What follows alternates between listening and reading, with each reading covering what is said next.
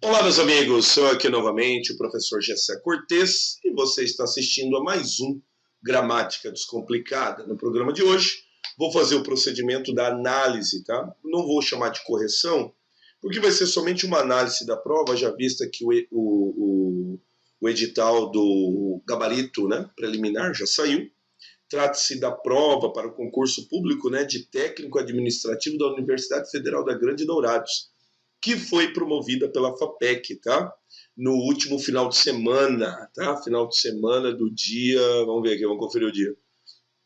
O último final de semana, eu falo hoje do dia 26 de fevereiro de 2022, a prova ocorreu no dia 20 de fevereiro, tá? Foi a prova para técnico administrativo da Universidade da Grande Dourados, que foi promovida pela FAPEC, tá? Então, a FAPEC foi a elaboradora da prova, tá? Então, parece que não foi um concurso lá muito divulgado, tá? Mas ele teve a sua prova aqui, a sua ocorrência aqui em Campo Grande, eu acho que, claro, também em Dourados, tá bom? Vamos lá, então, correção da prova FAPEC para técnico administrativo. Me acompanha na correção? Vamos lá. São dois documentos, ou melhor, são três documentos, o aluno que mandou para mim, aquele tá um negócio, cara. Se o aluno não manda a prova pra gente, irmão, a gente tá morto, tá? Porque essas provas você nunca vai ter acesso na sua vida. Então você encontra aqui, você vai achar aqui no canal, você vai achar o meu e-mail, tá bom? E aí, se você quiser essa prova, eu mando, mas é desse jeito que você tá vendo, cara. É aquele PDF de foto, tá? O aluno escaneia ali com o celular e manda. Ó, a prova aconteceu no dia, às 14 horas, tá? Aqui tá assim a data, tá? Foi o período da tarde, né? Mas foi no dia 20, tá? Final de semana passado. Eu que falo agora do dia 26, foi final de semana passado. Inclusive, falei para o aluno mandar para mim, então ele mandou, tal, mas aí era um dia de culto, né, cara? Fui à igreja, e aí eu acho que eu saí ainda com as crianças, tal, então fiquei meio cansado, não deu tempo. E aí, você que é professor, você sabe como é que é, né, cara? Começou a semana, você não tem tempo para nada. Então, eu só me dedico ao canal aqui, né, cara? No sábado à tarde, no domingo, tá? Se normalmente as pessoas fazem a prova de manhã e me mandam a hora do almoço, eu consigo fazer a gravação antes de sair pro culto, né? Porque se eu deixar para ir pro culto para ficar trabalhando, a Florzinha me pega, a Florzinha é minha esposa, né, cara? Então tá, você tá vendo aqui assistente administrativo. Vamos para a prova, é um outro arquivo, tá? Vamos lá? Então você tem aqui de novo o texto. O que você vai fazer? Você vai ler o texto? Não. Primeiro você vai ler o enunciado, tá? Vamos lá? Analise os versos abaixo e em seguida assinale a alternativa que apresenta corretamente as figuras de linguagem que aparecem em cada um deles. Então ele quer a figura de linguagem. Vamos lá. Diz assim, o relógio marca a nenhuma hora. Aí você fala assim, cara, é um paradoxo isso aqui, né, cara? Só que você nota, não tem alternativa paradoxo, cara. Tá? Tá, aí você, já sei, eu não sei fazer essa número 1, então faz a número 2, colega. Entendeu? Vai para o número 2. Na sala de sempre, na velha cadeira em que a morte as embala. Notem, na. Então, quando a gente repete assim a palavra, a gente diz que a gente tem uma anáfora, tá? Então, no caso aqui, a gente vai aqui no número 2, é anáfora, elipse não é o caso, a morte as embala. Não, não seria uma metáfora. Em a morte as embala seria uma metonímia, mas não uma metáfora, tá? Que seria o efeito pela causa, né? A morte não embala ninguém. Seria uma prosopopeia? Seria uma prosopopeia, tá? Poderia. Comparação? Não, não é uma comparação.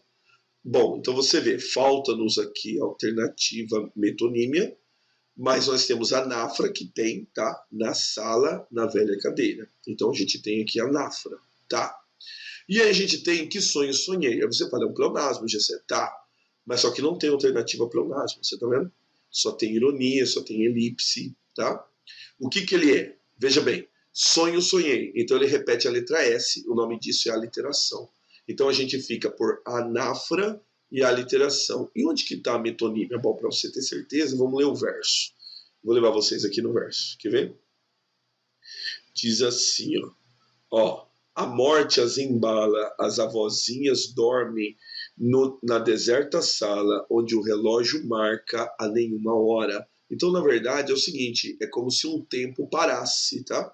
Então, para substituir o tempo parasse, é um tempo que não passa, é um tempo que parou, é um tempo que acabou, ele usa que o relógio marca nenhuma hora, porque a função do relógio é marcar a hora. É uma metonímia forçada, cara, mas é uma metonímia. Gessé, eu não ia saber fazer assim, Gessé. Tá, cara, mas você faria por eliminação, tá? A morte as embala seria uma prosopopeia? Seria, mas que sonho sonhei não seria uma ironia, tá? Então, neologismo não é figura de linguagem, tá? Neologismo fica por conta do processo de formação das palavras, que é quando você cria uma nova palavra, tá? Então, por eliminação, a gente vai por eliminação, tá? A gente vai na letra A, tá? Então, essa daqui é a alternativa correta, a letra A, tá? Por anáfora, aliteração. A metonímia, um pouco forçada, um pouco forçada, mas pelas outras alternativas a gente iria por eliminação. Ela não poderia ser prosopopeia, não, isso seria um paradoxo, tá? Algo paradoxal, um relógio que não marca nenhuma hora, mas não tem alternativa, tá? Tá bom. O que a cadeira representa no poema? Agora você vai ter que ler o poema. Agora você se ferrou. Vamos lá então? Cadeira de balanço. Quando elas se acordam do sonho, se espantam das gotas de orvalho na orla das saias, dos fios da relva nos negros sapatos, quando elas se acordam na sala de sempre, na velha cadeira, que a morte as embala. E olhando o relógio de junto à janela, onde a única hora que era a da sexta, né, da sexta, parou como gota que ia cair, perpassa no rosto de cada vozinha. Um susto no mundo que está desde lado. Que sonho sonhei, que sinto ainda um gosto de beijo apressado. Diz que a se espanta, diz uma e se espanta. Que idade terei? Diz a outra. Eu corria, menina em um parque, como saberia o tempo que era?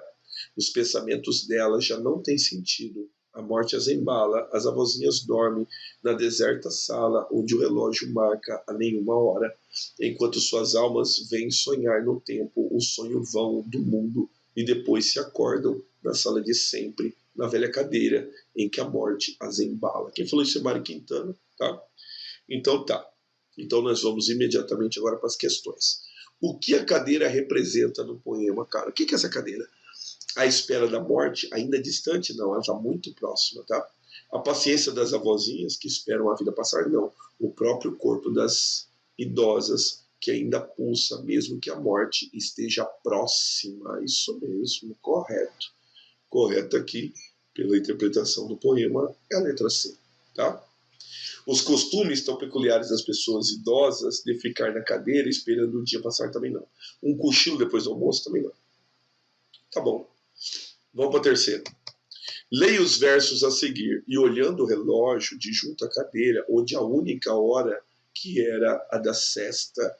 Quantas orações há no período, cara? Então nota, você tem olhando, primeiro verbo, de junto à janela, onde a única hora que era a da sexta. Então você tem dois verbos. Então você tem duas orações. Morreu, tá? Então terceiro, letra B. Letra B. Agora a quarta, no mínimo curiosa. Me acompanha aqui. Diz assim, ó. No verso adaptado para o período, sinto um gosto de beijo apressado. Qual termo representa o objeto direto? Então veja bem, ele quer o objeto direto, colega. O que é objeto direto? O objeto direto é aquele que completa o sentido do verbo. E aí a gente pode evocar também a definição de predicado, tá? O que é um predicado? Um predicado, cara, não é o resto. Já te ensinaram assim, eu ensinava assim. Primeiro tem o sujeito, o resto é predicado. Não é bem assim, tá? O predicado, primeiro, ele inclui o verbo. E aí a gente tem uma definição sensacional, que é, ele inclui o verbo bem como seus complementos, se houver. Por quê? Porque ele pode ser um verbo intransitivo, não tem complemento. Mas ele pode ser um verbo transitivo, que é direto, que é o caso vai exigir o objeto direto. Mas ele também pode ter os complementos que também completam os complementos do verbo, que funciona mais assim a definição, né? Inclui o verbo bem como os seus complementos e os seus por seguintes complementos, entendeu?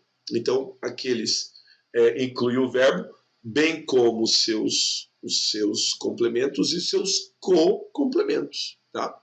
Por que co-complementos? Porque notem que um gosto de beijo apressado, notem que gosto, ele também tem um complemento, que é de beijo apressado, que seria meu complemento nominal, porque quem sente gosto, sente o gosto de alguma coisa. Notem que apressado classifica o beijo, de beijo é complemento de gosto. Agora, muito importante, tá? Na verdade, ele não está pedindo o núcleo do objeto direto, porque o núcleo do objeto direto seria somente a palavra gosto, não pode ser somente um gosto, tá? Teria que ser a palavra gosto tão somente. Então, ele não está pedindo o núcleo, ele está pedindo o objeto direto. Então, o que eu sinto? Eu sinto um gosto de beijo apressado. Tudo isso daqui é o meu objeto direto. Fechou? Não pode ser um gosto, porque, na verdade, seria somente um núcleo, que seria somente a palavra gosto. Como não tem só a palavra gosto, então você considera tudo um elemento complemento do verbo sentir. Eu sinto um gosto de beijo apressado. Por quê? Porque o apressado diz respeito ao beijo, e o beijo diz respeito ao gosto, e o gosto diz respeito ao sinto, ao verbo sentir. Então, tudo isso daqui é o meu objeto direto. A resposta correta é a letra D. Tá? Faz o 5. Leia o mini conto do escritor Fernando Bonassi. Em seguida, responda as questões 5 e 7. Vamos lá?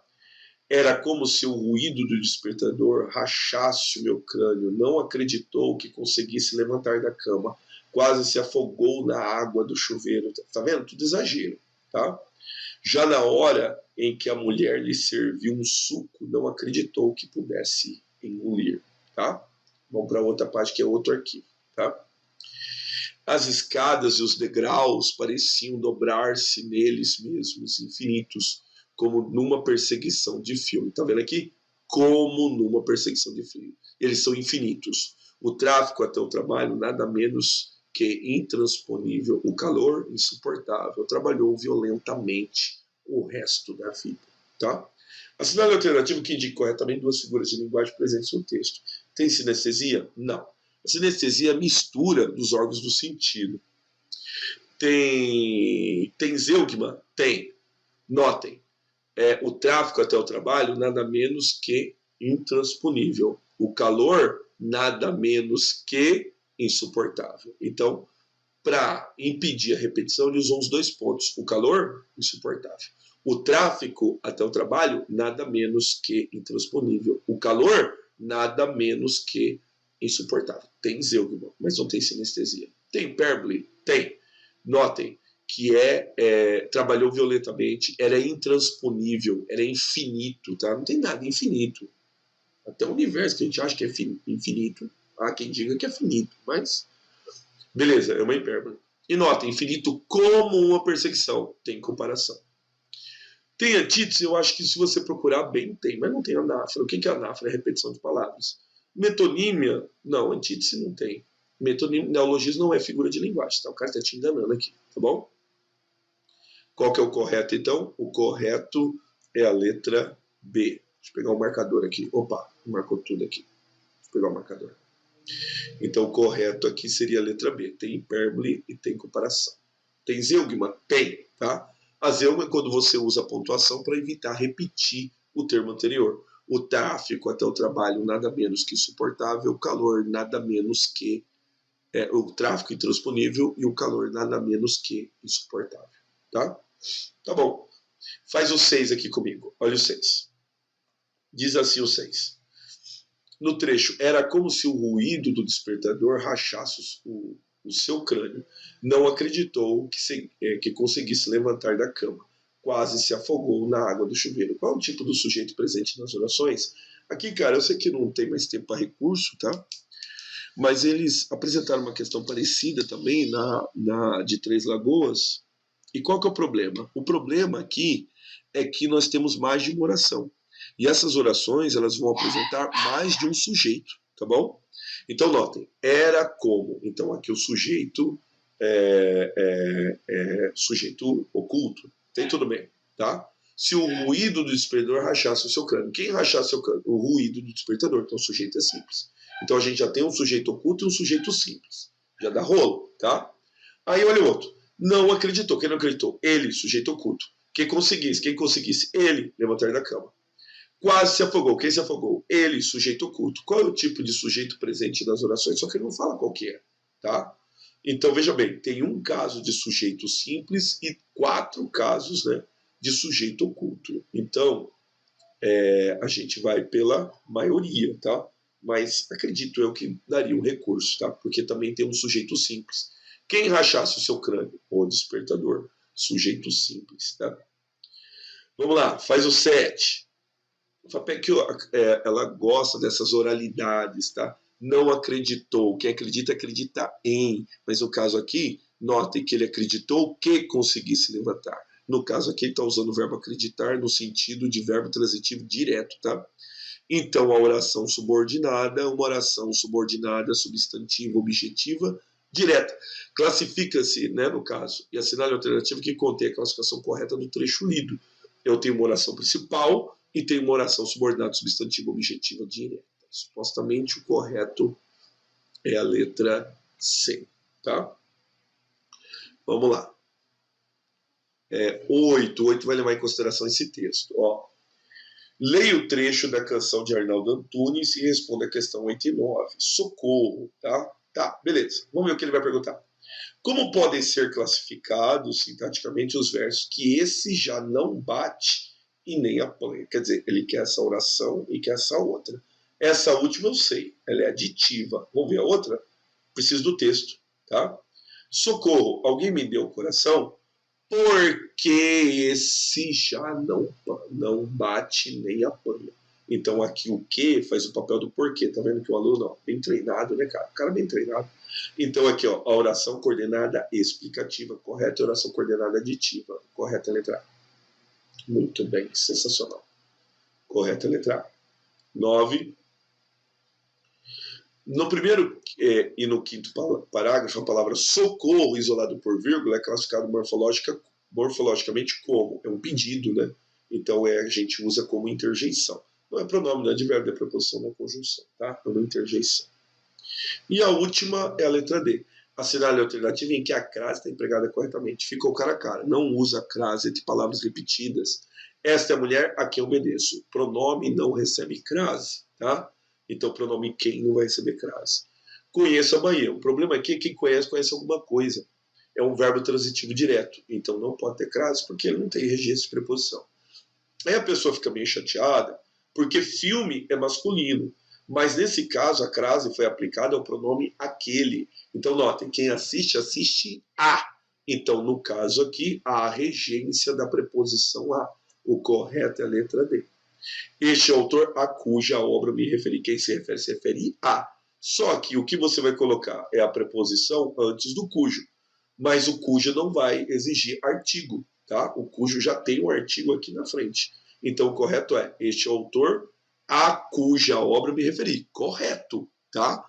Mas sem a crase, tá bom? Então não pode ter crase. O correto é dizer este autor a cuja obra me referi. Por que, Gessé? Porque quem se refere a. Você nota que eu me refiro à obra, mas a preposição não pode estar antes do cujo. O cujo não aceita. Então você tem que colocar a preposição antes do cujo, tá? Só que daí ele vai ficar sem um artigo. Então não vai ter crase. Então tá errado. Correta é a letra D. Fechou? Eu espero que você tenha gostado, tá? No concurso da UFMS, que vai acontecer daqui a 2 semanas, não há o tópico figuras de linguagem. Você viu que nessa prova ocorreram 2 questões de figuras de linguagem, tá? Não vai ser o caso, mas para você que está se preparando para outras provas, inclusive é o caso, né, dos meus colegas professores, que vão se preparar para o concurso que vai ser ministrado pela AOCP, tá? A banca já foi definida, o edital já está posto. Então tem aí 2 figuras de linguagem, ou melhor, 2 questões de figuras de linguagem para você analisar, tá bom? Meus amigos, eu espero que você tenha gostado. Eu sou o professor Gessé Cortez e tomei baleado hoje, bem gripado. Tá? E você assistiu a mais um Gramática Descomplicada. Deixa o seu like, compartilhe o vídeo, tá? E eu espero você no próximo vídeo, certo? Um abraço e até os próximos vídeos.